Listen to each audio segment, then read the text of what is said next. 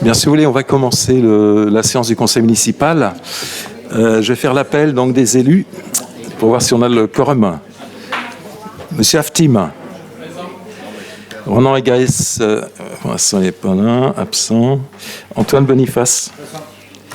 Charlène Boquet, absente. Michel Boucard. Il n'est pas là, il va peut-être venir. Laurence Caillard. Fabienne Collin. Il n'est pas là. Non. Jean-Louis Dubreuil. Bouchra El Asnaoui. Chantal Friquet. Chantal, où es-tu? Voilà, présente. Myrlène Fulbert. Marino Gallet. Daniel Gobert. Houssin, présent. Gisèle Hutto. Pierrick Jouff. Marie-France Lahaye.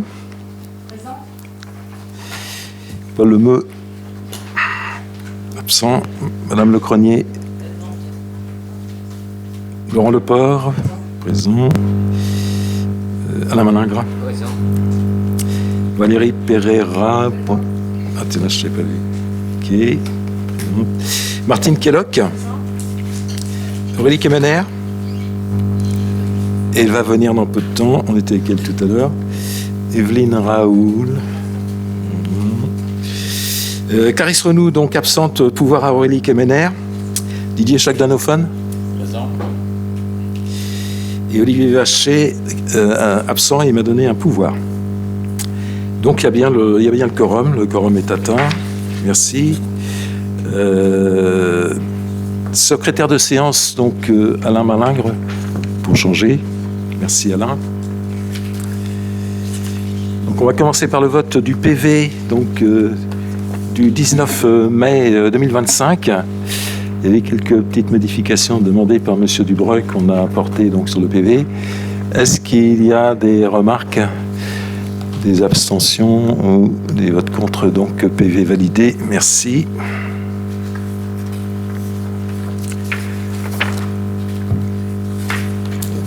Alors j'ai oublié de passer ça d'ailleurs.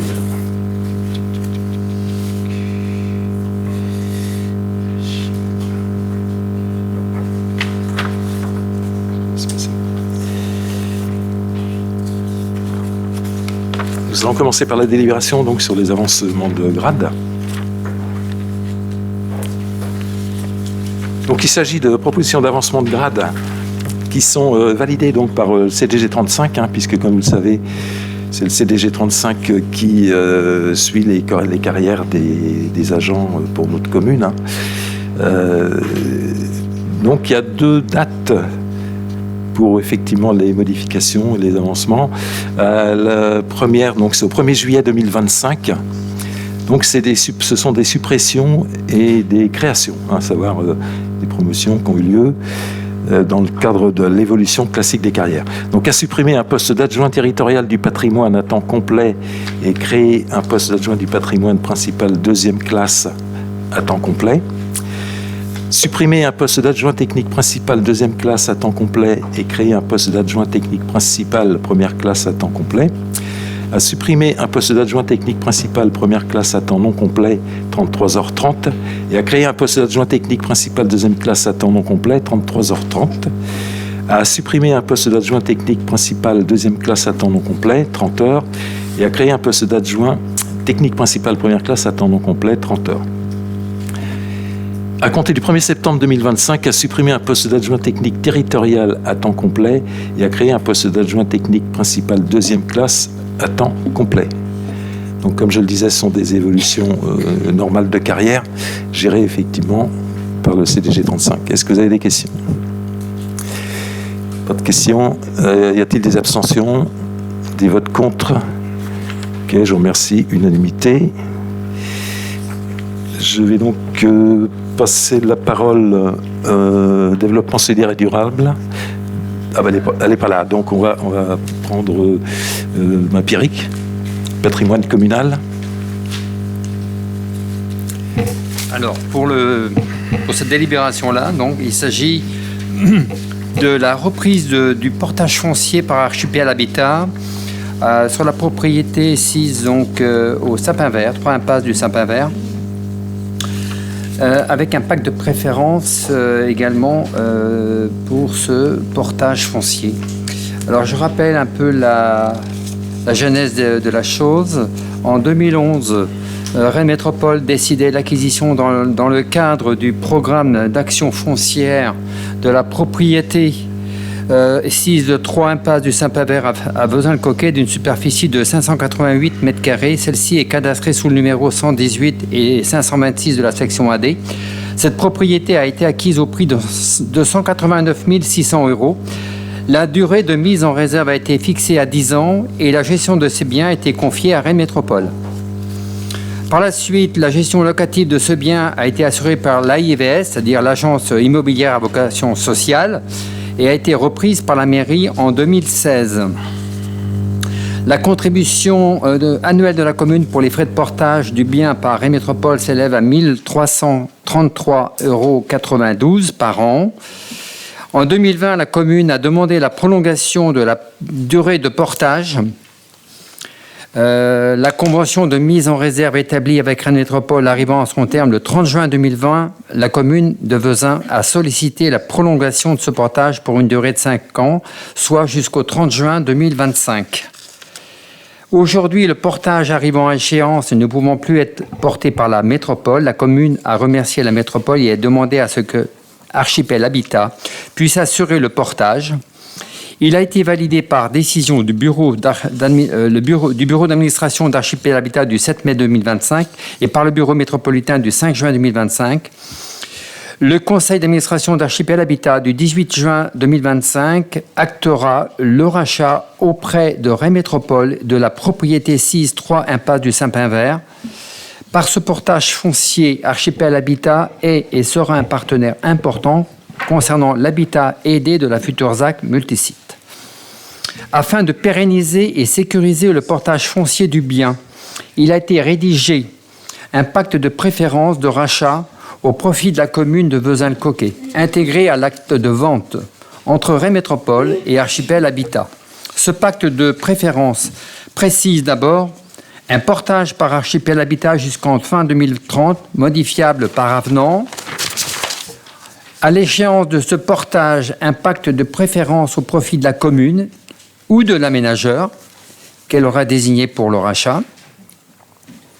Et troisième point, une attribution foncière au sein de la ZAC multisite au profit d'Archipel Habitat en cas de rachat prioritaire des biens par la commune.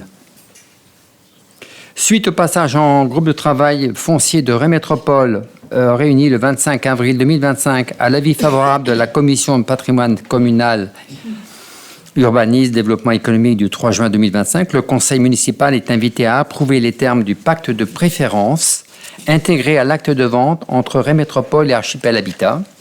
Autoriser Monsieur le maire ou toute autre personne dûment habilitée à cette fin en application des articles du Code général des collectivités territoriales à intervenir à l'acte de vente entre Rennes Métropole et Archipel Habitat pour consentir au pacte de préférence. Concernant ce pacte de préférence, il y a un paragraphe qu'il faut quand même avoir en tête. C'est, je rappelle un peu, donc le rachat du bien à la métropole par Archipel Habitat est conditionné à la vente par la commune de la parcelle communale cadastrée AD 116, ce qui a fait d'ailleurs l'objet d'une délibération, je vous rappelle, en mai dernier, afin de constituer une assiette foncière sans discontinuité. De ce fait, dans l'hypothèse où la création de la ZAC multisite ne pourrait aboutir d'ici la fin du délai de portage par Archipel Habitat, à savoir fin 2030, Archipel Habitat s'engage à proposer l'acquisition de la parcelle communale AD 116, prioritairement à la commune de Vezin-le-Coquet ou à l'aménageur qu'elle aurait désigné. Ce pacte de préférence au profit de la commune sera inscrit dans l'acte de vente entre Rennes Métropole et Archipel Habitat.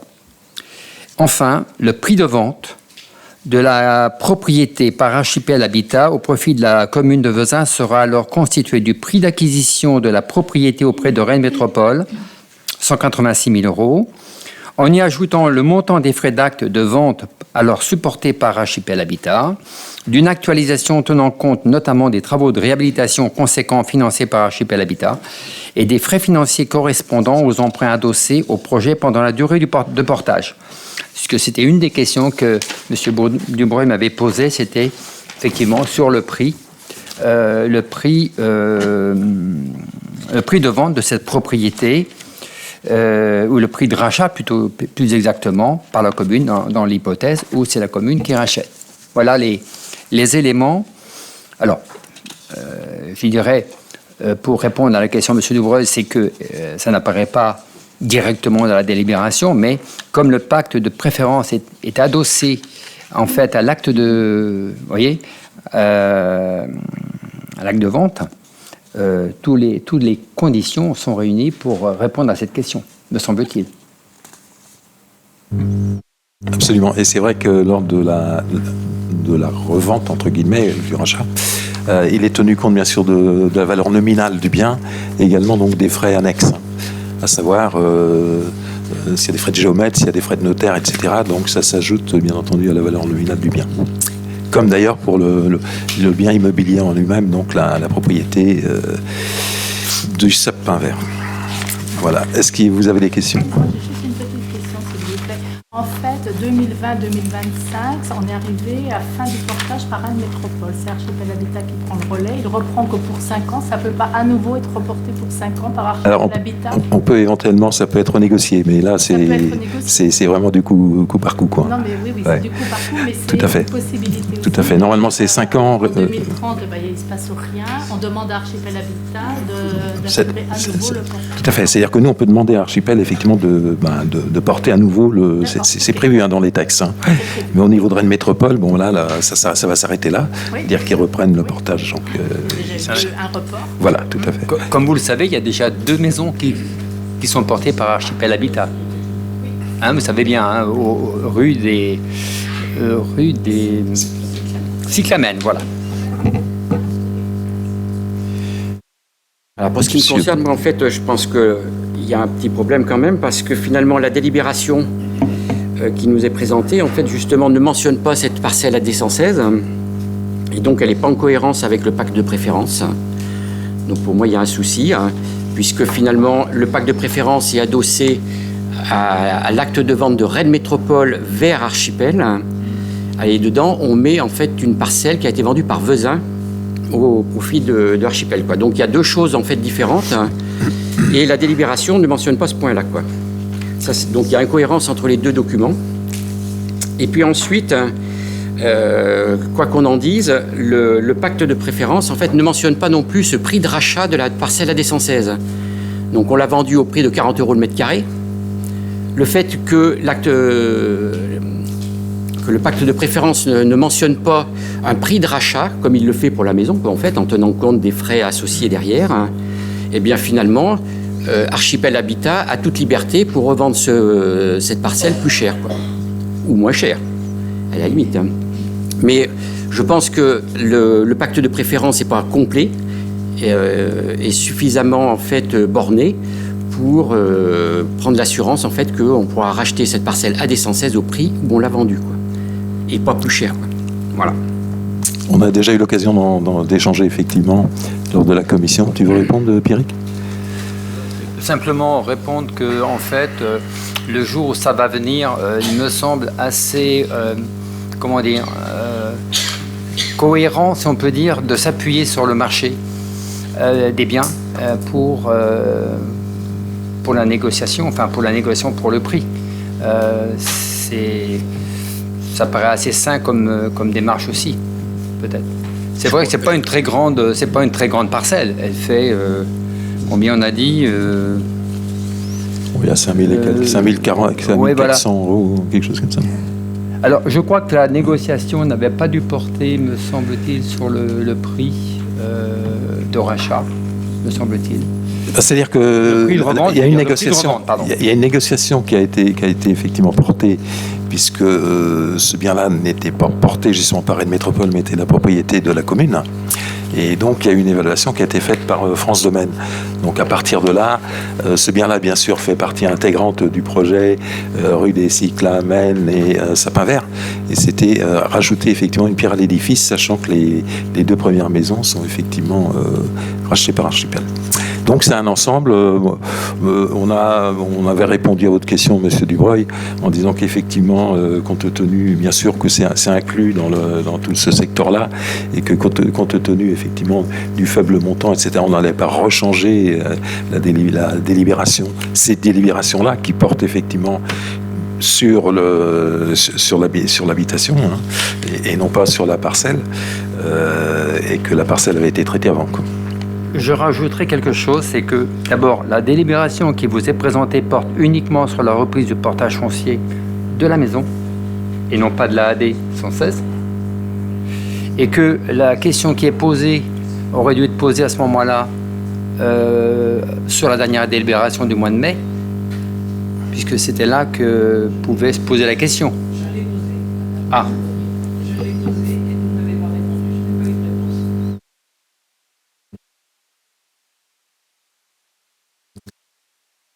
Et je me souviens pas. Toujours est-il que ça porte, bien entendu. L'enregistrement, hein. Ça porte. Non, mais je mets pas en doute ce que vous me dites. Oui, non, mais j'ai posé la question. J'ai demandé si, la vendant ce prix-là, est-ce que Archipel pouvait la revendre au cours du marché de Vezin, en 2030, je ne sais pas si ce sera plus élevé ou moins élevé. Alors, écoutez, on parle d'une toute petite bande de terrain, effectivement, qui n'est pas constructible en soi, puisque c'est une langue verte, entre guillemets. Donc, c'est vrai qu'on ne va pas complexifier, effectivement, le dossier sur un montant qui est actuellement, je crois que c'était 5 400 €, quelque chose comme ça, la fameuse bande verte, là. Ce sont des gens honnêtes, ce sont des partenaires sociaux avec qui on est très engagés. Voilà, ce sont des gens qui travaillent aujourd'hui sur l'accueil des gens du voyage, donc comme vous le savez, avec un terrain familial à la Belle Épine. Donc ils ont acheté une maison, effectivement, qui était portée par une métropole pour notre compte. Là, ils rachètent, donc c'est la 3e maison, et plus cette bande verte qui, effectivement, de toute façon, n'a pas de valeur intrinsèque en soi, puisqu'elle est inclue, effectivement, dans une superficie maintenant globale, et les 5 000 et quelques euros qu'on a, imaginons le pire qui est 10% de plus, ça jouerait sur 500 € dans 5 ans, 10 ans. Mais ce qu'il y a de certain, c'est que, comme à chaque fois qu'il y a des portages comme ça, il y a des frais d'engagés. Nous, on les supportait avant. Par exemple, on va payer des taxes foncières sur le foncier bâti, et c'est vrai que je vois ce qui va être porté par Archipel aujourd'hui. Il y aura effectivement des charges, il y aura sans doute peut-être des charges financières comme le calcul Rennes Métropole, il y aura vraisemblablement des actes notariés, obligatoirement d'ailleurs, donc qui seront effectivement, ce ne sera pas gratuit. Donc tout ça fait qu'on travaille en parfaite confiance de part et d'autre, puisqu'effectivement ils n'étaient pas non plus obligés d'agir dans ce sens-là. Ce qu'ils veulent, c'est être dans le projet ZAC multisite, pas obligatoirement d'ailleurs à ce niveau-là avec des logements sociaux, puisque ce sera quand même réparti, bien entendu. Et c'est aussi pour eux l'occasion de mettre un pied au niveau des logements sociaux, donc dans le futur projet. Juste pour compléter aussi par rapport à Madame Lecronier, c'est que on n'a pas affaire à des particuliers là, on a affaire à un bailleur social qui n'a pas pour finalité de faire ni du profit, il va en tous les cas, à mon sens, pas faire de coûts immobiliers. Je ne crois pas que ce soit dans ses finalités.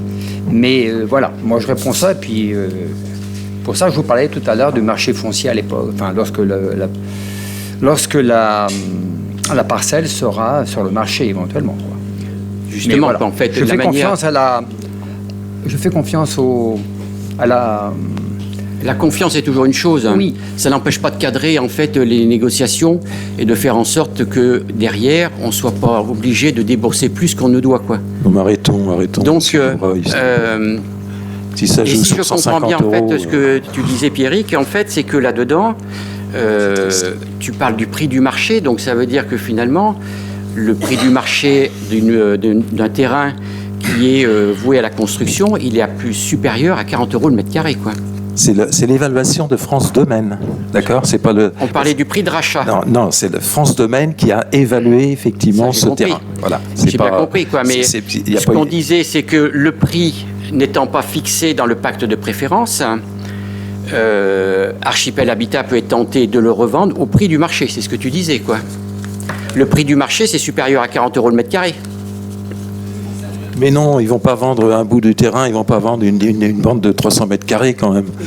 C'est un global. C'est l'espace qui va être Tout revendu, puisqu'on tout sépare sera- les morceaux. Mais tout sera. On a tout- un pacte de préférence pour la maison, donc on va séparer quand ça va être racheté. Et d'ailleurs, en fait, ils ne voulaient pas racheter la maison sans cette bande de terrain, donc ça veut dire que derrière, ils ont Mais quand bien même sûr. une idée de, Mais bien de sûr, faire un grand projet autour. Mais non, c'est quelque chose de global, mais c'est une superficie qui les intéresse. Mais Bon, n'empêche écoutez, que on va peut-être pas y passer dans la les soirée. l'État Vous vous où êtes sont les exprimé. finances de la commune, en fait, on n'est Vous- pas obligé de se passer Vous vous êtes exprimé. allègrement de plusieurs milliers d'euros. Plusieurs milliers d'euros. De plusieurs milliers d'euros. Attendez, on part sur un montant de 5 400 €. Alors vous croyez que ça va augmenter de 20%? Aujourd'hui, il a 40 € le Non, mètre mais carré. ce qui va se passer. Demain, c'est combien le prix du terrain sur Venin? Mais c'est pas ça. Combien Ce n'est pas du terrain constructible. Lorsque la totalité de cette superficie Et malgré tout, sera vendue par Archipel Habitat dans le cadre de la ZAC multisite au promoteur, ce sera une globalité. Ce ne sera pas, tiens, ben là, ça j'ai payé 5 340, peut-être que je peux payer 5 500 €. Ben non, bien sûr que non. Non, Ce sera alors à ce moment-là, évalué. votre pacte de préférence ne tient pas la route non plus. Il tient la route pour Puisqu'en fait, effectivement ça. vous fixez derrière le prix de le rachat de la maison et de la parcelle qui concerne la maison. Donc, et il doit y avoir un pacte de préférence également Bien. pour les 1 et 3 rue des Cyclamènes de la même façon. On vous a- Donc en fait, on a 3 contrats qui sont en parallèle. Hein. D'accord, on vous a entendu, Monsieur Dubreuil, on vous a entendu. Alors, est-ce qu'il y a des abstentions? Est-ce qu'il y a des votes contre? Alors, 5 votes contre. Excusez-moi, je note. Alors, la délibération... à moins- Attends, je vais Ah, plutôt pardon. reprendre le cours parce qu'il y a un ordre au niveau des Ok. délibérations, des numérotations, et c'est mieux qu'on prenne le cours avec Aurélie, si ça ne te dérange pas, Pierrick.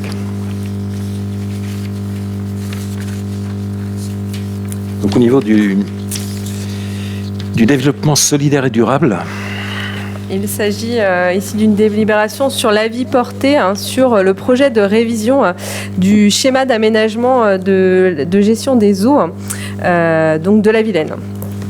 Donc, ce qu'on appelle le SAGE. Donc, ce SAGE constitue un outil de planification destiné à assurer une gestion équilibrée et durable de la ressource en eau et des milieux aquatiques à l'échelle du bassin versant de la Vilaine et de ses affluents. Donc, élaboré et mis en œuvre sous la responsabilité de la commission locale de l'eau, donc la CLE. Ce document permet notamment de réglementer ou d'interdire certaines actions susceptibles de nuire aux cours d'eau et à la biodiversité aquatique. D'ailleurs, c'est un des rares documents que nous avons en local pour permettre de mettre de la réglementation, de l'interdiction sur ce bassin versant. Sinon, les autres moyens d'action sont au niveau de l'Assemblée nationale ou des directives européennes, mais avec déclinaison de l'Assemblée nationale. Donc là, c'est vraiment un des outils, le seul outil qu'on ait à notre disposition au niveau local. Donc, afin d'actualiser les données d'état des lieux, de tirer un bilan de la mise en œuvre du précédent SAGE et d'assurer sa compatibilité avec le schéma directeur d'aménagement et de gestion des eaux, donc là le SDAGE, de la Loire-Bretagne 2022-2027, intégrant les enjeux liés à l'adaptation du changement climatique. Donc la CLE a engagé la révision du SAGE à compter du 3 février 2022. Et donc, par délibération du 21 mars 2025, la commission locale de l'eau a validé le projet de révision du SAGE de la Vilaine. Et donc, conformément à l'article R 212-39 du Code de l'environnement, la commune de Vezin-le-Coquet dispose d'un délai de 4 mois pour émettre un avis sur le projet. Et donc, à défaut de réponse dans ce délai, l'avis est réputé favorable. J'avais au cours de la commission, donc je vous l'avais mis dans le compte rendu un petit peu quelques extraits qui permettaient de voir effectivement les éléments d'état des lieux, de diagnostic sur la Vilaine. Alors quand on dit la Vilaine, c'est la Vilaine et l'ensemble des rivières qui l'alimentent. Donc par exemple pour nous, on est concerné notamment par la Flume, mais par la Rosée, le Lago aussi, qui d'ailleurs se jette directement.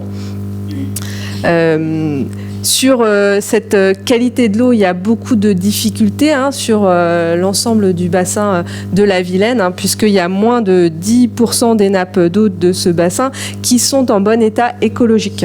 Donc il y a un vrai défi finalement à ramener un bon état écologique, tant pour les milieux aquatiques, c'est bien l'objet de l'usage, mais aussi de la qualité de l'eau, c'est-à-dire l'eau qu'on va boire, puisque effectivement avec eau du bassin rennais, on a des eaux de captage au niveau de plusieurs ressources, comme le barrage de Rofemel, mais vous allez avoir aussi des prises de captage au niveau de la Meuf, ou le Meu, je ne sais plus, le Meu.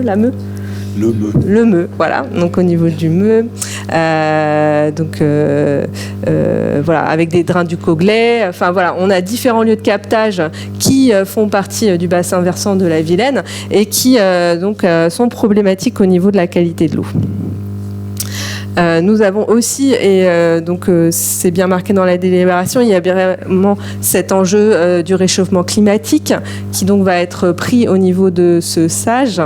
On a pu voir les phénomènes d'inondation. Donc là aussi, le SAGE parle du coup de ce versant inondation, donc trop d'eau par moment et puis pas assez dans d'autres. On voit 2022 a été l'exemple le plus frappant puisqu'il y a eu des énormes mesures de demande d'économie d'eau enclenchées par eau du bassin rennais.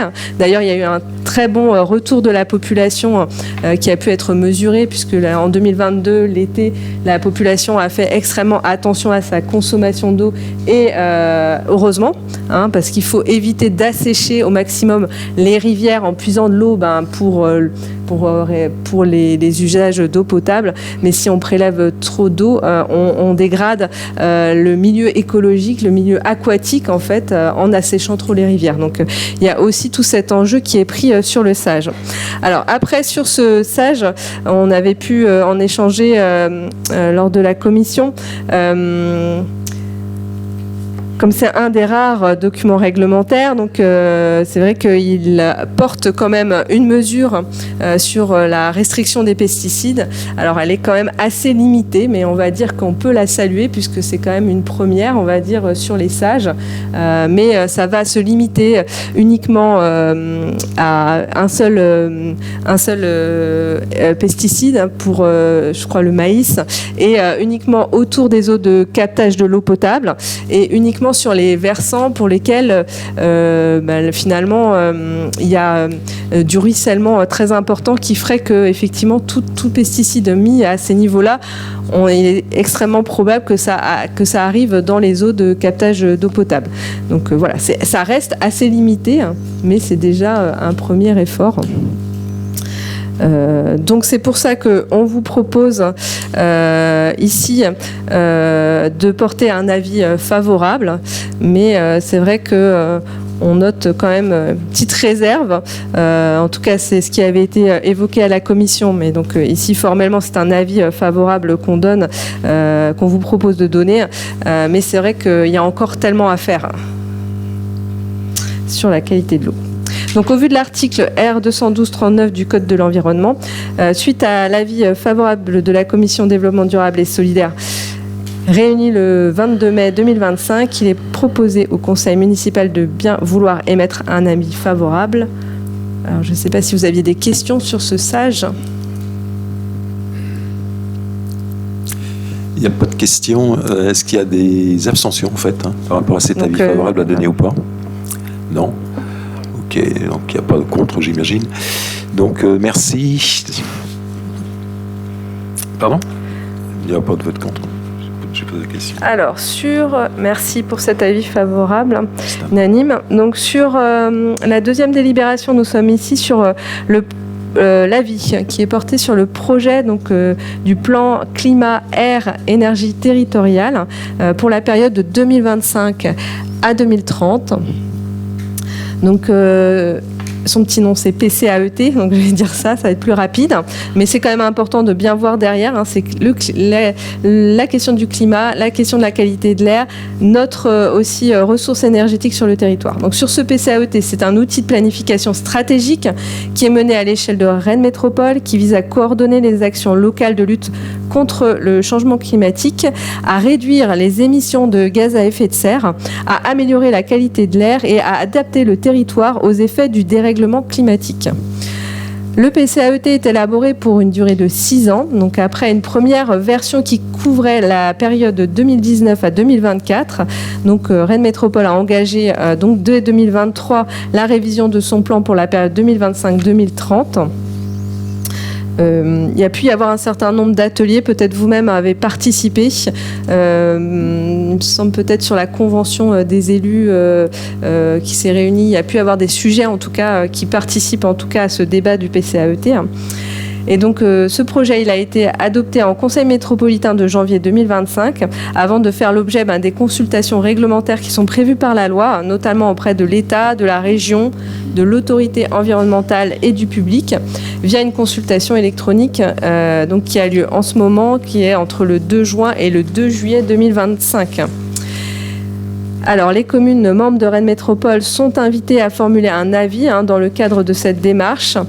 Et donc, c'est vrai qu'il y a une présentation qui a été organisée à destination des élus communaux le 29 avril 2025 à l'hôtel de Rennes Métropole, donc sous forme d'un atelier métropolitain. Donc, c'est ce que je disais à l'instant.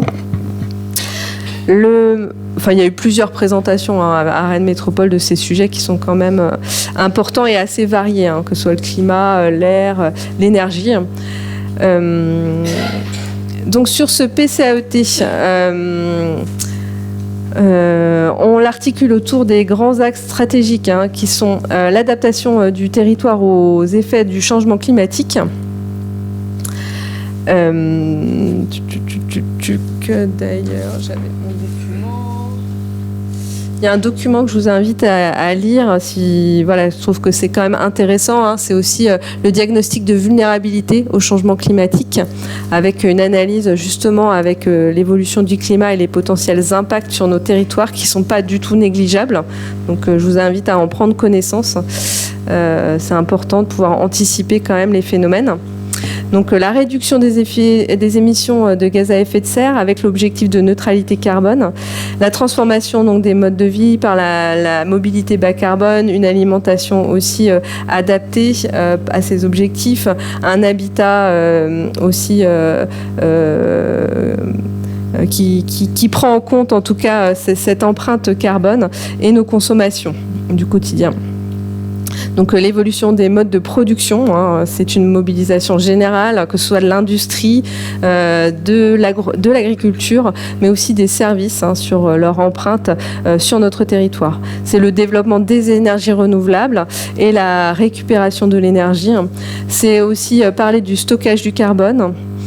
Et un autre axe stratégique très important en termes de santé publique, c'est aussi la lutte contre la pollution de l'air. On voit, vous êtes peut-être abonné aux différentes alertes qu'il peut y avoir sur les dégradations de la qualité de l'air, et on voit peuvent avoir des vrais impacts sur notre respiration et sur les enfants notamment.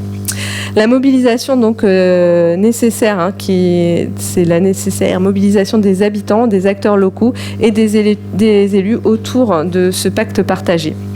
Et donc parmi les 10 objectifs majeurs qui sont fixés pour 2030, donc quand même des objectifs majeurs qui nous obligent, mais qui sont importants. C'est une baisse de 42% des gaz à effet de serre par rapport à 2019, un doublement de la production locale d'énergie renouvelable. Bon, je pense qu'on a signé cette semaine, mais on avait pris en délibération quand même aussi la possibilité de pouvoir mettre du solaire sur les services techniques. Donc on est quand même dans la bonne trajectoire pour Vezin. Les 5000 rénovations BBC par an, ça me paraît très très ambitieux. Une réduction de 10% du trafic routier, de 17% de la consommation d'eau potable par habitant, alors même qu'on augmente en population, donc c'est un vrai enjeu important. Des espaces de fraîcheur accessibles à moins de 5 minutes pour chaque habitant. Vraiment... Je pense que là, les températures qui s'annoncent cette semaine vont permettre de voir où est-ce qu'on a tous un espace de fraîcheur à proximité de chez nous. Et c'est vrai que je pense qu'à Vezin, on est plutôt bien pourvu. Mais ce n'est pas le cas partout dans Rennes, notamment. c'est important ces enjeux de fraîcheur. Une réduction de 40% de la consommation d'énergie des bâtiments tertiaires. Et donc, à l'horizon 2050, le plan vise donc à atteindre 0 consommation d'énergie fossile pour les transports, pour les logements et les activités économiques. Et 100% des masses d'eau en bon état écologique. On vient de passer une délibération sur les masses d'eau. On est à 10% à peu près, un peu moins de 10%. On vise 100%. Il y a du chemin. Le 0 artificialisation nette des sols. Et donc, suite à ça, j'avais pas mon document. Donc, il y a un certain nombre de documents qui sont accessibles en ligne, pour que vous puissiez aussi consulter et que la population puisse consulter ce plan pour pouvoir émettre un avis à la mairie. Il y a les documents et la possibilité de laisser à la mairie de pouvoir laisser un avis sur ce plan climat, air, énergie territoriale. Pacte. Dans lequel il y a un pacte. Mais c'est un plan. Mais c'est un plan. PCAET, on l'a transformé en pacte. Enfin, pas moi. Bien, donc le but, c'est de donner un avis favorable, émettre un avis favorable au projet du plan climat énergie territoriale, PCAET, 2025-2030 de Rennes Métropole, tel qu'adopté en Conseil métropolitain en janvier 2025. Est-ce que vous avez des questions? Oui, Madame Caillat. Je pense qu'on peut être que favorable avec tout ça. Mais alors, concrètement, Vezin-le-Coquet, le plan, il se décline comment? C'est ça. Parce que quand on parle des espaces fraîcheurs, je veux bien qu'il y en ait à Vezin. Je ne trouve pas qu'il y en ait tant que ça, mais il y a des quartiers comme le lotissement des Fleurs, oui. Ça, c'est vrai que maintenant, il y a eu des choses de faites. Quand je monte par chez moi, je ne vois pas trop où ils sont les îlots de fraîcheur. Il fait très chaud. Les rénovations BBC, faut-il encore avoir les moyens budgétaires pour le faire? Étant donné que les restrictions budgétaires vont être très importantes au niveau de l'État, les gens également ont des difficultés financières de plus en plus. Donc tout ça c'est joli, mais concrètement, ça se passe comment? Alors, je vais répondre. Alors, comment ça se décline? J'ai donné quelques éléments aussi au travers de l'exposé. C'est vrai que sur les énergies renouvelables, notamment, on voit qu'il y a une dynamique citoyenne qui s'enclenche avec les panneaux solaires au niveau des services techniques. Mais on a aussi le projet. Alors maintenant, les votes sont fermés sur nos lieux communs, mais il y a aussi un projet au niveau de la Ménardière d'installation de panneaux solaires qui va être intéressante. Après, c'est vrai qu'on va dire Rennes Métropole essaye de compiler toutes les obligations, les nécessités par rapport à notre obligation de faire baisser nos émissions de gaz à effet de serre sur le territoire. Mais c'est vrai que Rennes Métropole n'est pas le seul acteur. Vous parliez de l'État, notamment. Quand on entend qu'il baisse, par exemple, le rachat de l'électricité pour les particuliers qui installeraient du solaire, on est à contre-courant complet, en fait, on est en train de dire et de lancer une dynamique auprès des citoyens qui est cohérente, parce que personne ne veut que ses enfants vivent sous les tropiques, et on voit bien que on n'a aucun avenir favorable à offrir à nos enfants. On est prêt à se mettre dans le mouvement, mais on a des avis complètement contradictoires qui arrivent du national. Pourquoi baisser le prix de rachat de l'électricité? Personne va avoir parce que ça coûte quand même de l'argent de les installer. C'est sûr que si le prix de rachat de l'électricité n'est pas là et n'est pas garanti à un niveau qui est quand même permet à tout à chacun de pouvoir les installer sur sa toiture, ça va être difficile de pouvoir enclencher le mouvement. Ça, on est tout à fait d'accord. Et on aimerait que l'État nous envoie des signaux qui nous permettent d'atteindre ça.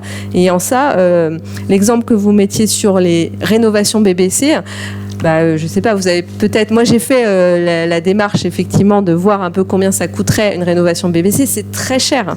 Ça va vraiment très loin. Et en fait... derrière, Rennes Métropole peut aider en fait les particuliers à pouvoir faire des diagnostics pour voir justement quelles étaient les étapes qui leur permettaient de pouvoir faire les travaux. Et c'était intéressant d'avoir un spécialiste aux côtés des particuliers. Mais c'est vrai qu'après, sur la mesure en elle-même d'aider les particuliers, là, l'État n'était plus là, puisque quand on regardait, déjà, il a changé depuis le début du mandat où on s'intéresse. Enfin, moi, je m'intéresse au dispositif auprès de Rennes Métropole. Ça n'arrête pas de changer. La LEC, qui est un peu le bureau d'entrée, vous pouvez les appeler pour les particuliers, justement pour faire appel, par exemple, à un expert pour justement faire le diagnostic de votre maison. À la LEC, eux-mêmes sont perdus par rapport au comment aiguiller les gens pour pouvoir faire les dossiers. C'est très difficile, honnêtement, ça n'aide pas. Donc voilà. Après, sur les espaces de fraîcheur, alors je note qu'il y a un sujet sur Moulin à Vent.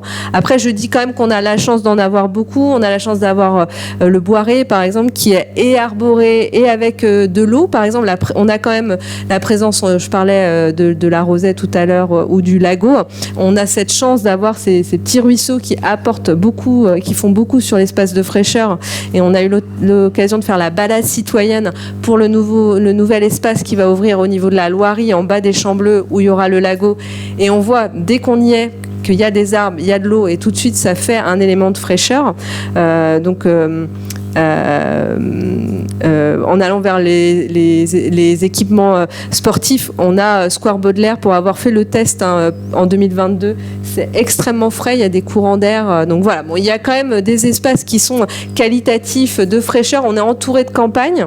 Même à Moulin à Vent, finalement, vous bénéficiez en fait de ces champs qui sont pas urbanisés et qui apportent énormément de fraîcheur. Le fait qu'on soit pas collé à Rennes en agglomération, mais bien avec des champs, cette qualité en tout cas de verdure permet quand même d'atténuer les chaleurs. Après, voilà, on pourra voir au niveau de Moulin à Vent s'il y a des problématiques particulières, mais bon, il y a quand même quelques espaces verts qui vous sont disponibles à moins de 5 minutes à peu près à pied encore. Voilà. Donc, mais c'est un point de vigilance. Et d'ailleurs, c'est inclus dans le plan. Moi, je trouve que c'est très intéressant de parler aussi de la qualité de vivre avec ces chaleurs. C'est important de le prendre en compte.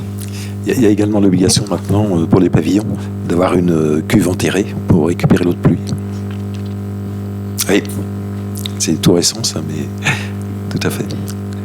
J'avais juste une cuve de récupération d'eau de pluie. Pour les nouvelles constructions, alors? Les nouvelles maisons, ah, oui. Pour les nouvelles maisons, ah oui, non, d'accord. Non, je parlais du PLU, donc effectivement... De la même façon, il y a maintenant l'obligation, par exemple, d'avoir des balcons ou des terrasses qui soient dimensionnés, qui ne permettent pas juste d'être un décor, comme on a pu voir à certains moments par les architectes, qui faisaient des balcons. Enfin, moi, j'ai habité dans un balcon où, franchement, je pouvais pas mettre une chaise. C'était dommage, quoi, quand il y avait un peu de soleil. Maintenant, il y a une obligation d'avoir 1 mètre carré et non pas 1 mètre carré, mais aussi une surface qui permet de mettre une chaise, enfin, de pouvoir quand même s'en servir et pas être un objet de beauté, quoi. Donc, ça, je trouve que c'est intéressant dans les nouveaux programmes de le prendre en compte. Il y a aussi la question de la double exposition qui est amenée, alors qui pose problème, on voit bien avec les constructeurs. Double exposition, c'est-à-dire quand vous achetez un appartement, ne pas avoir toutes vos fenêtres sur la même façade, parce que le jour il fait chaud, vous pouvez pas aérer, vous êtes un peu coincé. La nuit, quand la température descend, vous pouvez pas vraiment évacuer toute cette chaleur qui est rentrée dans votre maison. Et là maintenant, donc il y a une obligation de le prendre en compte. Alors voilà, on voit bien que voilà, les constructeurs essayent aussi de faire de leur mieux. Le tout, c'est de se projeter sur si on y habitait nous dans cet appartement et qu'on voulait pouvoir aérer. On voit bien qu'avec une double exposition, c'est quand même mieux. Même aussi. Voilà. J'avais une observation à faire sur ce PCAET. On le regarde au niveau de Rennes Métropole et non pas de la commune. Ceci dit, la commune, je pense qu'elle est relativement bien lotie au regard de ses objectifs affichés, même si seront regardés les objectifs au niveau de la métropole. Et la question que je me pose, c'est comment... on a des objectifs qui sont affichés. Y a-t-il derrière, j'allais dire, c'est un vœu pieux ou ça va au-delà de ça?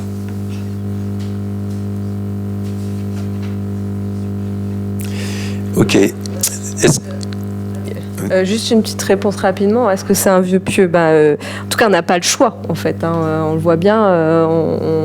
Si on continue avec autant d'émissions, voilà. Mais on le fera pas tout seul. voilà, je pense que on a pu y répondre tout à l'heure avec Madame Caillard. Voilà, les habitants peuvent se mobiliser, ils voient le sens, je veux dire, pour tout un chacun, mais on ne peut pas le faire tout seul, on a besoin de moyens et on a besoin de l'État aussi de pouvoir accompagner la démarche, parce que de toute façon, tout euro investi, c'est ce qui est dit dans toutes les études, tout euro investi maintenant pour limiter le changement climatique, c'est 1 euro, ça nous coûte moins cher que tout ce qu'on mettra en œuvre après pour pouvoir limiter le dérèglement climatique. Les inondations, je ne sais pas si vous avez quelqu'un que vous connaissez, moi je connais quelqu'un qui a été inondé pour la première fois là dans les inondations, c'est un traumatisme, c'est énormément de dégâts, c'est énormément de... Là, elle n'habite toujours pas sa maison. Donc tout ça, c'est des coûts supplémentaires qu'il faut absolument limiter au maximum, mais il faut que chacun y mette de la bonne volonté, ça c'est clair. Moi je suis d'accord Aurélie, on ne peut pas être contre, évidemment, on voit bien qu'on a besoin d'établir les choses, mais après on se pose la question après avoir urbanisé à outrance. Voilà. Oui, je pense que les techniciens, même avec qui on peut échanger, ont appris des choses à l'école, nous disent que c'est clair que maintenant, c'était pas ça qu'il fallait faire et c'était pas preuve de mauvaise volonté des techniciens, effectivement, de vouloir faire les choses bien, correctement sur notre territoire, parce que personne n'a envie d'aménager pour faire mal les choses. Voilà, on a vraiment, je pense, beaucoup d'agents au niveau de l'urbanisme, au niveau de l'immobilier voilà. Mais il y a des choses à revoir. Et on voit quand on désimperméabilise le lotissement des fleurs, quand on notamment j'ai pas parlé de l'exemple des corrigans, vous verrez, on met une pergola végétale. C'est vrai que la casquette qui avait été faite pour les corrigans, elle est jolie, esthétiquement, architecturalement parlant, mais malheureusement elle n'est pas assez grande pour pouvoir en fait casser les rayons du soleil. Il n'aurait pas manqué grand chose, mais bon. Donc on met une pergola végétale pour essayer justement de limiter les rayons du soleil. Voilà, on fait avec effectivement ce qu'on a.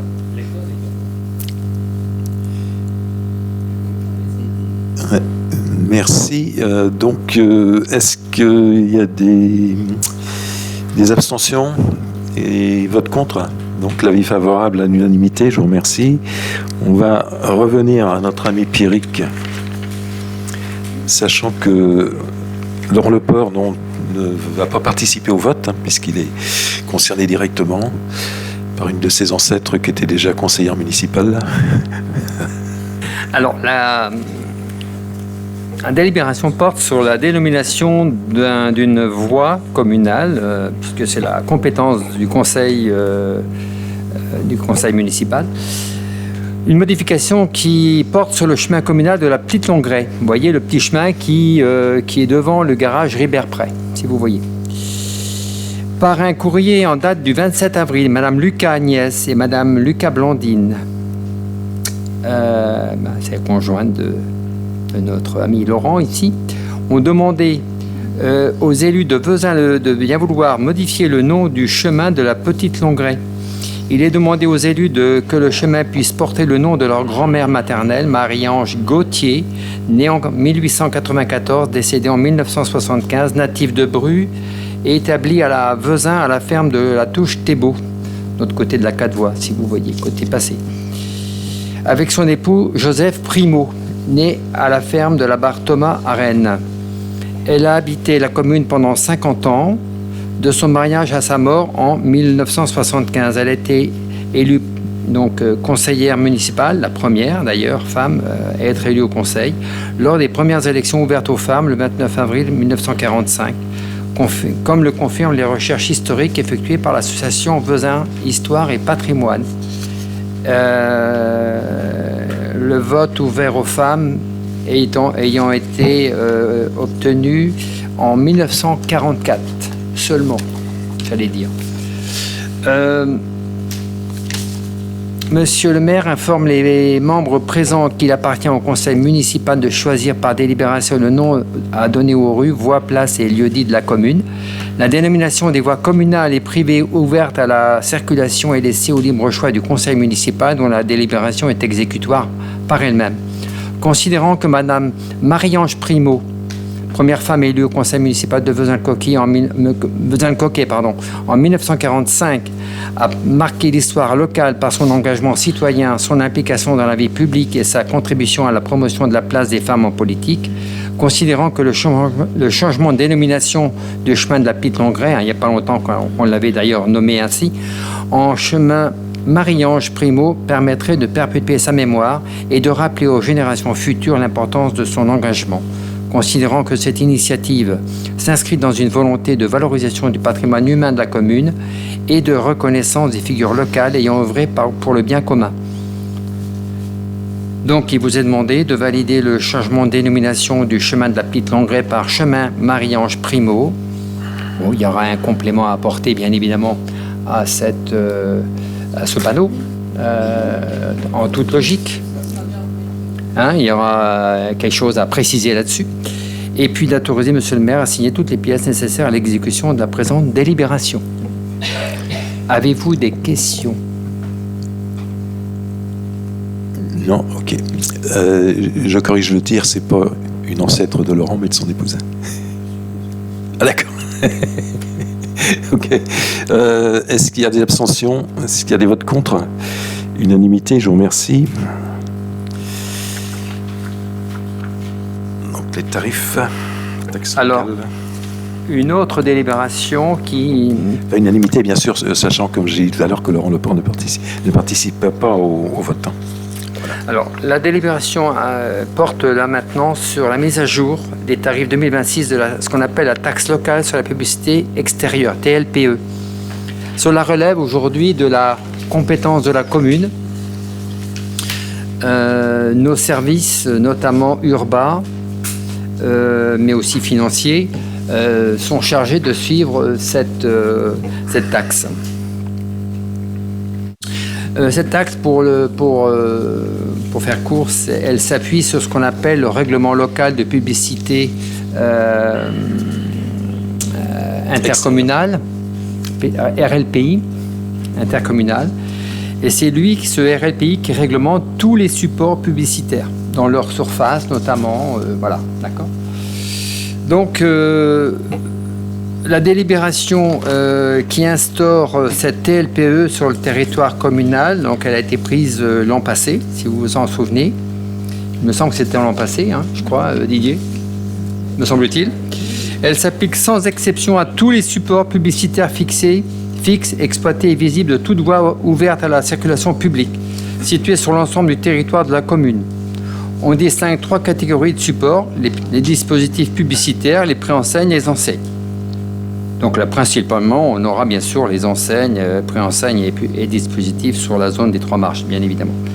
Les tarifs de droit commun sont les tarifs maximaux figurant aux articles du Code des impositions sur les biens et services. Ces tarifs varient selon la nature du support et la taille de la collectivité. Par ailleurs, ces tarifs sont relevés chaque année dans une proportion égale au taux de croissance de l'indice des prix à la consommation hors tabac de la pénultième année, sauf délibération contraire de la commune. Le taux de variation applicable au tarif de la TLPE pour 2026 s'élèvera ainsi à 1,8%, source INSEE. Le tarif maximal de référence pour la détermination des différents tarifs fixés aux articles du CIBS, donc du Code des impositions sur les biens et services, en 2026 s'établit à 18,90 € le mètre carré. Pour rappel, l'année dernière, c'était 18,60 €. Pour les supports, je parle uniquement là des dispositifs. Si je prends l'exemple des enseignes, c'était les enseignes de moins de 12 mètres carrés.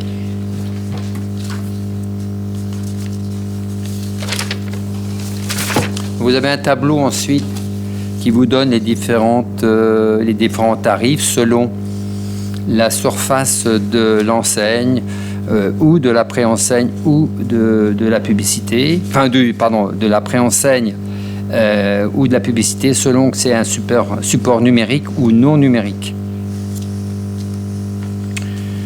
Je vais directement, si vous êtes d'accord, à passer les différents articles, décrets et autres délibérations. il vous est proposé au conseil municipal de bien vouloir maintenir l'exonération de plein droit des enseignes dont la superficie totale cumulée est inférieure ou égale à 7 mètres carrés. Ce qui va exonérer ici, notamment ici dans le centre-ville, quasiment toutes les enseignes, peut-être à part utile, voilà, a priori. Fixer le tarif de référence à 18,90 € le mètre carré et fixer les tarifs de la TLPE comme suit. Je vous laisse le tableau, hein, je ne vais pas vous les reprendre tous.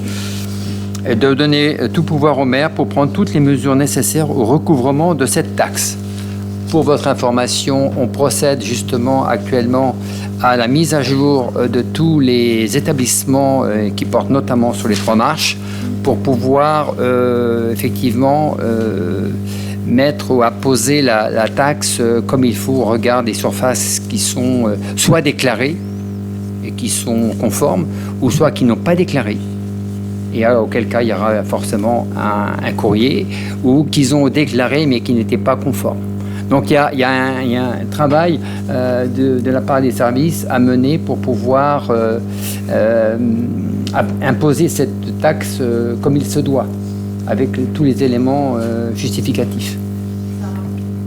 Alors, l'année dernière, je n'ai pas les chiffres, je ne sais pas si Didier tu l'as, moi pour 2024, non, c'est la première année pour 2025. Et on n'a pas les chiffres définitifs.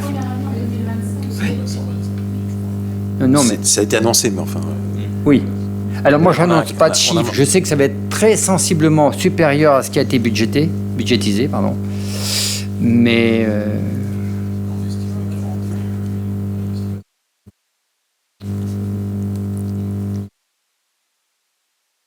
on a mandaté un cabinet d'études, justement, pour ça. Alors, pour l'information, moi, j'ai une centaine de courriers là en cours. Ah oui, d'accord. Oui, c'est ça. Qui vont partir là d'ici la fin de la semaine. C'est ça. C'est pour la mise à jour de toutes les... Ouais, soit des gens qui contestent, soit effectivement... Enfin, bref. Exact. Donc, il y a un très gros travail de fait par les services. Je tiens à le souligner, et les féliciter. Donc, c'est une entreprise, je ne sais pas comment elle s'appelle, je n'ai plus son nom, qui, effectivement, qui passe dans les rues avec un peu comme Google qui balaye tout, vous voyez, avec les Street View, là. C'est un peu le même principe qui passe devant les établissements et qui fait la mesure automatique de toutes les enseignes, préenseignes et voilà, et publicité. Il y a à peu près 85 établissements qui sont concernés par ça. Donc, normalement, toutes les bases taxables, c'est toi qui dois les... surtout 3 marches, bien sûr. Les revoir, voilà. Est-ce que vous avez... Oui, on a payé une entreprise pour faire ça. Oui, c'était prévu. J'ai oublié parce que je vois beaucoup de chiffres, mais c'était prévu au budget. Hein. C'était budgété, mais je ne sais plus... je ne vais pas vous dire n'importe quoi, parce que j'aime pas donner les chiffres qui sont faux. On pourra vous confirmer. Ouais, on pourra vous donner le chiffre si vous voulez. Bon, c'était relativement... mais ça a été voté, effectivement. Ouais. Au regard, en plus, des recettes attendues... Parce que le problème, c'est que si on faisait ça nous-mêmes, déjà, vous voyez, s'il faut passer avec un agent faire les mesures, vous imaginez le boulot, c'est même pas concevable. Non. Bien. Donc, est-ce qu'il y a des questions? Non. Est-ce qu'il y a des abstentions? Des votes contre? Unanimité, je vous remercie. On va donc faire appel à Alain. Oui, alors mise à jour du règlement intérieur de la médiathèque. Vu le Code général des collectivités territoriales, et notamment l'article L 2212.2 alinéa 3, vu le Code du patrimoine, et notamment ses articles L 114-2 et suivants, vu le Code de la propriété intellectuelle, vu la délibération numéro 2305 du 12 juin 2023, adoptant le règlement intérieur de la médiathèque, considérant la nécessité de modifier l'article 5 du point 1b relatif au respect du lieu, des usagers et du personnel du règlement intérieur de la médiathèque, modifié comme suit. Il est interdit de manger, de boire, de se restaurer en dehors des événements organisés par la médiathèque. Suite à l'avis favorable de la Commission Culture et Communication réunie le 6 mai 2025, il est demandé au Conseil municipal de bien vouloir approuver la modification du règlement intérieur de la médiathèque Le Tempo annexé à la délibération. Je précise que lors de la commission, il y a eu un avis unanime sur ce sujet. Est-ce que vous avez des questions? Abstention, vote contre, unanimité, je vous remercie. Martine, je voulais d'ailleurs tout d'abord te féliciter de ton courage, parce que après l'accident que tu as eu, jusqu'à ce midi, j'avais un pouvoir qui était prêt, et puis voilà, tu as pu venir. Je te remercie. Moi.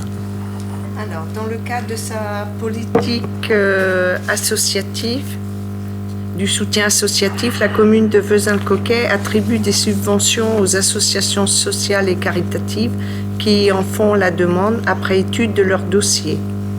Après étude des demandes reçues à ce jour, 3 associations ont obtenu un avis favorable de la commission vie associative sport réunie le 27 mai 2025.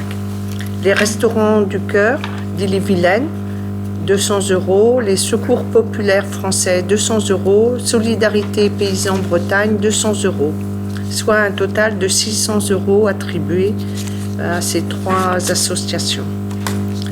Il est donc proposé au conseil municipal d'autoriser Monsieur le maire à verser ces subventions aux associations précitées.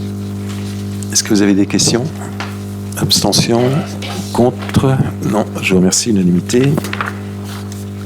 Alors, le deuxième point, c'était une subvention exceptionnelle pour la demande de subvention pour l'ASV section foot de 882 € pour le financement d'équipements. Il est donc proposé au conseil municipal d'autoriser Monsieur le maire à verser cette subvention exceptionnelle de l'association précitée. Est-ce que vous avez des questions? Alors, évidemment qu'on est d'accord, mais juste une question. Pourquoi l'ASV, l'association Champignon, comme je l'appelle, puisqu'elle a de l'argent en réserve, ils ont de l'argent dans leur... Ils nous ont dit qu'ils ont prêté 2000 € dans un premier temps à la section foot, mais il leur manque 5000 €. Donc, non, mais je ne discute pas, mais oui. Parce que l'ASV a de l'argent, je ne sais pas dans quoi elle l'investit, j'en sais rien, je n'ai pas la réponse. Mais effectivement, ils ont prêté 2000 €, mais il faudra bien que le foot les rende aussi, hein, ces 2000 €. Oui, c'est prévu, oui. Oui, tout à fait. Donc, c'est pas facile de combler un trou de 5000 € avec... non, après... avec ce qu'ils ont, hein. On espère en effet que la nouvelle équipe d'encadrante au foot va redynamiser la section pour attirer tous les jeunes qui sont partis depuis un an vers passé.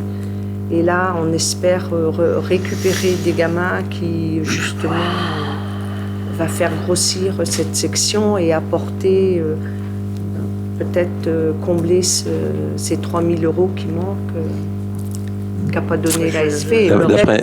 D'après ce que j'ai compris, c'est un peu l'héritage, hein, d'après ce que j'ai compris. Tout à fait. C'est pas lié à l'équipe actuelle, il y a eu effectivement des problèmes. C'est pas dû à la gestion actuelle, c'est le président a récupéré une section qui n'était pas saine dès le départ. Voilà. J'espère qu'il va motiver, parce que mercredi dernier, il avait plein de gamins et il avait mis 2 structures gonflables et il avait vraiment beaucoup de monde, beaucoup de gamins qui sont passés, qui étaient très contents. Alors je ne sais pas qui a réglé le montant de l'allocation des structures. Je pense que c'est le président qui prend ça de sa poche pour l'instant. À sa charge personnelle. C'est ce que j'ai cru entendre. C'est courageux et il mériterait vraiment d'être... de réussir son pari, parce que... Déjà, il est proche des enfants, on voit bien que c'est ce qu'il veut faire, c'est reprendre la section jeune et la développer. Mais bon, c'est sûr que là, il n'a pas tous les moyens à sa disposition. Non, mais on pourrait, je ne sais pas si on peut, je ne sais pas si c'est possible et si c'est réalisable, mais on pourrait peut-être l'aider, parce que s'il paye les locations des structures gonflables sur ses deniers, je ne sais pas combien ça lui coûte, je n'en sais strictement rien. Hein. Mais est-ce qu'on ne pourrait pas faire un effort pour... Alors là, parce qu'il faut fournir des factures. Il n'avait pas de facture à nous fournir autre que les 882 €, donc on avait besoin d'un support. Après, je ne sais pas...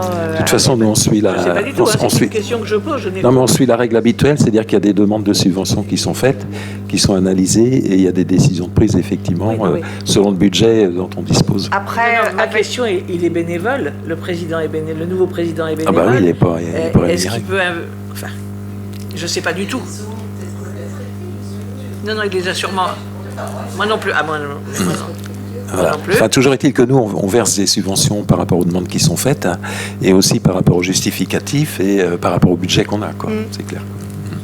Pour moi, ça mérite des encouragements. Maintenant, Bien je sûr, ne sais pas bien de sûr. quel ordre il faut Mais les on faire. va- Je n'en sais strictement rien. On encourage, mais s'il pour met l'instant... de l'argent sur ses deniers personnels, je trouve ça un petit peu dommage Oui. quand on est bénévole.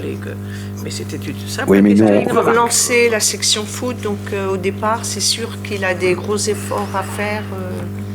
Et peut-être qu'il estime que cette façon-là l'aide dans un premier temps à attirer les jeunes.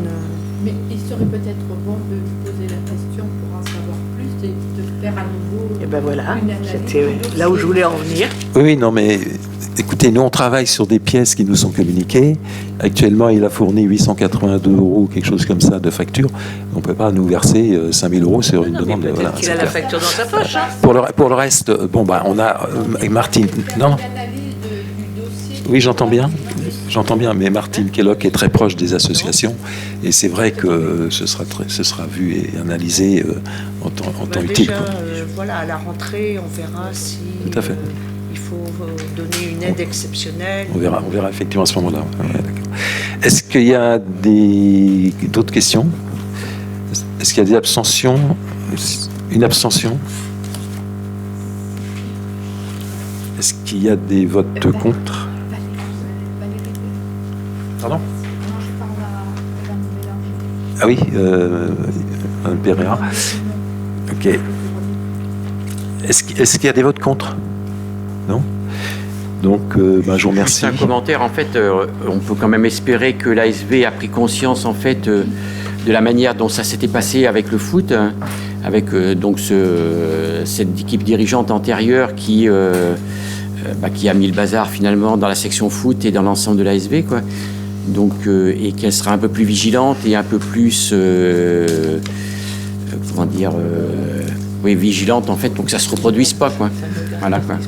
Bah, ça ne nous regarde pas, mais c'est quand même aussi pour C'est eux, ça. quand même, parce que derrière, on paye les pots cassés, quoi.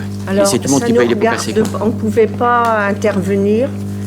On nous l'a clairement exprimé. Et les gens capables de le faire n'ont pas eu la présence d'esprit de le faire plus tôt, ou n'ont pas osé, Mais enfin là, on peut pas Bah oui. porter de jugement. Je suis désolé, mais on peut pas porter de jugement sur ce qui se passe dans une association, puisqu'on n'est pas habilité à- non, absolument.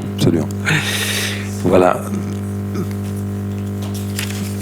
Moi, j'avais une question complémentaire, en fait, donc indépendamment de cette subvention, en fait. Attendez, c'est pas fini. Hein. Ah bon. Non. Vous aurez la parole tout à l'heure. Donc, dans la suite logique du conseil municipal, puisqu'on a effectivement étudié toutes les délibérations, donc il y a la communication des décisions prises en matière de marché public, notamment. Il y a eu les marchés des espaces verts, donc qui ont été retravaillés effectivement par une équipe et commission, etc. Et voilà ce que ça donne. Donc, il y a plusieurs marchés, je vais vous les nommer. Marché d'entretien des espaces verts, le lot numéro 1. Vezin-Nord, donc, a été confié à Jourdanière Nature. C'est un montant... alors là, j'ai un problème parce que c'est mis en TTC ou hors taxe. C'est TTC ou c'est hors taxe? Je ne sais pas. Donc, ça doit être TTC. 28 900 €. Ah, oui, d'accord. Alors, montant du marché hors taxe. Hein. Je vais rayer ce qu'il y a dans le titre, là. Hein. Il y a une confusion. Montant du marché hors taxe, donc 28 900 € Jourdanière, comme je le disais. Il y a un acte d'engagement qui a été signé le 12 juin 2025. Marché d'entretien des espaces verts, lot numéro 2, La Vallée, Jourdanière Nature, 13 710 €. Acte d'engagement signé le 12 juin. Marché d'entretien des espaces verts, lot 3, Les Poètes, Clos Périgot, c'est AJU. AGIE, pour un montant de 13 160,90 €. Acte d'engagement signé le même jour, 12 juin. Marché d'entretien des espaces verts, le numéro 4, la Longraie, donc AJ, 16 266,77 €. Là aussi, acte d'engagement signé le 12 juin. En fait, j'ai tout signé le même jour. Marché d'entretien des espaces verts, lot 5, les Champs Bleus 2, donc Herberatum, 23 736 €. Acte d'engagement signé le 12 juin 2025. Marché d'entretien des espaces verts, lot 6, ZAC des 3 Marches, espace emploi. 4 320,47 €. Acte d'engagement signé le 12 juin 2025. Donc voilà les différents marchés d'entretien des espaces verts, c'est le renouvellement qui a été fait. Et autrement, qu'est-ce que je peux vous dire aussi ? Communication des décisions prises en matière de contrat cette fois. Donc objet du contrat, convention pluriannuelle relative à la mise en place d'un programme de lutte contre le frelon asiatique. Période 2025-2027, entreprise titulaire du marché FG Don Ille-et-Vilaine, et la date d'effet 27 mai 2025. Donc c'est... A priori, il n'y a pas eu de problème dans les cimetières. Et autrement, une information par rapport donc, à une action que Mme Caillard avait menée contre la commune. Donc il y a une réponse du tribunal administratif de Rennes. Je vais vous lire très rapidement, parce que donc, c'était par une requête enregistrée le 8 juillet 2024. Mme Laurence Caillard demande la communication de l'ensemble des indemnités du maire et des élus, que ce soit sur la commune ou dans d'autres instances où il siège. Bon, il y avait eu effectivement différents échanges, ça avait été fourni, c'était pas suffisant. Bref, c'est arrivé effectivement au tribunal administratif. Je vous passe les articles, parce que sinon on va y passer la soirée. Effectivement, il y avait un délai pour que Mme Caillard se manifeste. Finalement, donc, ça n'a pas été fait. Donc, il est donné acte du désistement d'instance de Mme Caillard par l'article 1. L'article 2, la présente ordonnance sera notifiée à Mme Caillard et la commune de Vezin-le-Coquet.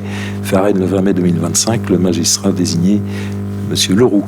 Donc c'est une action qui était effectivement pour avoir des informations sur les indemnités qui pour nous avaient été communiquées et effectivement n'étaient pas suffisamment formelles entre guillemets. Donc voilà, c'est tout ce que je voulais dire. Je ne vais pas faire de commentaires, c'est une décision de justice. Donc là, juste une information avant de donner, de passer la parole. Vous voulez vous exprimer, Mme Caillard ? Non ? Vouliez-vous vous exprimer ? Non ? D'accord.